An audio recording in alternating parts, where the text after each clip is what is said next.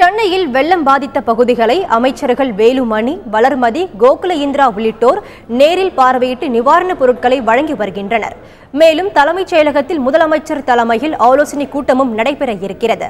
இதுகுறித்த கூடுதல் தகவலை தருகிறார் எமது செய்தியாளர் ராஜா. இரவிலிருந்து கொட்டி வரும் கனமழையால் தற்பொழுது சென்னை வெள்ளக்காடாக காட்சியளிக்கிறது. சாலைகளில் வெள்ளம் பெருக்கெடுத்து ஓடுகிறது. அனைத்து சாலைகளிலும் வெள்ள நீர் சூழ்ந்துள்ளது. பொதுமக்கள் பெரும் சிரமத்திற்கு ஆளாகியுள்ளனர். எங்கு பார்த்தாலும் மழைநீர் தான் காணப்படுகிறது. போக்குவரத்து நெரிசல் பெரிய அளவில் ஏற்பட்டுள்ளது. போக்குவரத்து பாதிப்பும் ஏற்பட்டுள்ளது. இந்நிலையில் உடனடியாக சென்னை மாநகராட்சி நிர்வாகம் தற்போது மீட்பு பணிகளையும் நிவாரணப் பணிகளையும் தொடங்கியுள்ளது.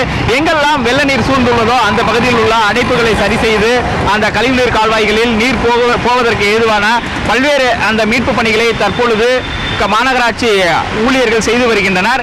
அதோடு மட்டுமல்லாமல் இன்று காலை அமைச்சர்கள் குழு ஒன்று சென்னை முழுவதும் ஆய்வு செய்து வருகின்றனர். நிவாரணங்களையும் கொடுத்து வருகின்றனர். உள்ளாட்சித்துறை அமைச்சர் எஸ்பி வேலுமணி மற்றும் சமூக நலத்துறை அமைச்சர் வளர்மதி, கைத்தறித்துறை அமைச்சர் கோகுல இந்திரா, அதேபோல் சென்னை மாநகர மேயர் சைதை துரைசாமி ஆகியோர் அடங்கிய குழு தொடர்ந்து சென்னையில் எங்கெல்லாம் வெள்ளப்பகுதிகள் உள்ளனோ, எங்கெல்லாம் பாதிக்கப்பட்டுள்ளனோ அந்த பகுதிகளை ஆய்வு செய்து அங்குள்ள மக்களுக்கு உணவுப் பட்டலங்கள் வழங்கி வருகின்றனர். சென்னையில் உள்ள எழும்பூர் மற்றும் ராயப்பேட்டா, சீனிவாசபுரம், ஐசோஸ் ஆகிய பகுதிகளை அவர்கள் ஆய்வு செய்தனர்.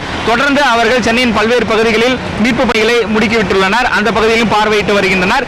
இந்நிலையில் முதலமைச்சர் செல்வி ஜெயலலிதா 12 மணி அளவில் சென்னை தலைமைச் செயலகத்துக்கு வருகை தர இருப்பதாக கூறப்படுகிறது.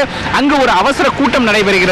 அதில் அமைச்சர்கள் மற்றும் உயரதிகாரிகள் கலந்து கொள்கின்றனர். இந்த கூட்டத்தில் தற்பொழுது ஏற்பட்டுள்ள இந்த மழை காரணமாக எதுபோன்ற நடவடிக்கைகள் எடுக்க வேண்டும், மீட்பு பணிகள் எந்த அளவில் தற்போது உள்ளன என்பது குறித்த விவரங்களை முதலமைச்சர் கேட்டறிவார் என்று தெரிகிறது. மேலும் எடுக்கப்படக்கூடிய நடவடிக்கைகள் என்ன என்பது குறித்தும் தொடர்ந்து அவர் அதிகாரிகளுக்கு ஆலோசனைகளையும் உத்தரவுகளையும் பிறப்பிப்பார் என்று தெரிய வருகிறது. தந்தி டிவி செய்திகளுக்காக ஒளிப்பதிவாளர் சீனிவாசுடன் எஸ் ராஜா.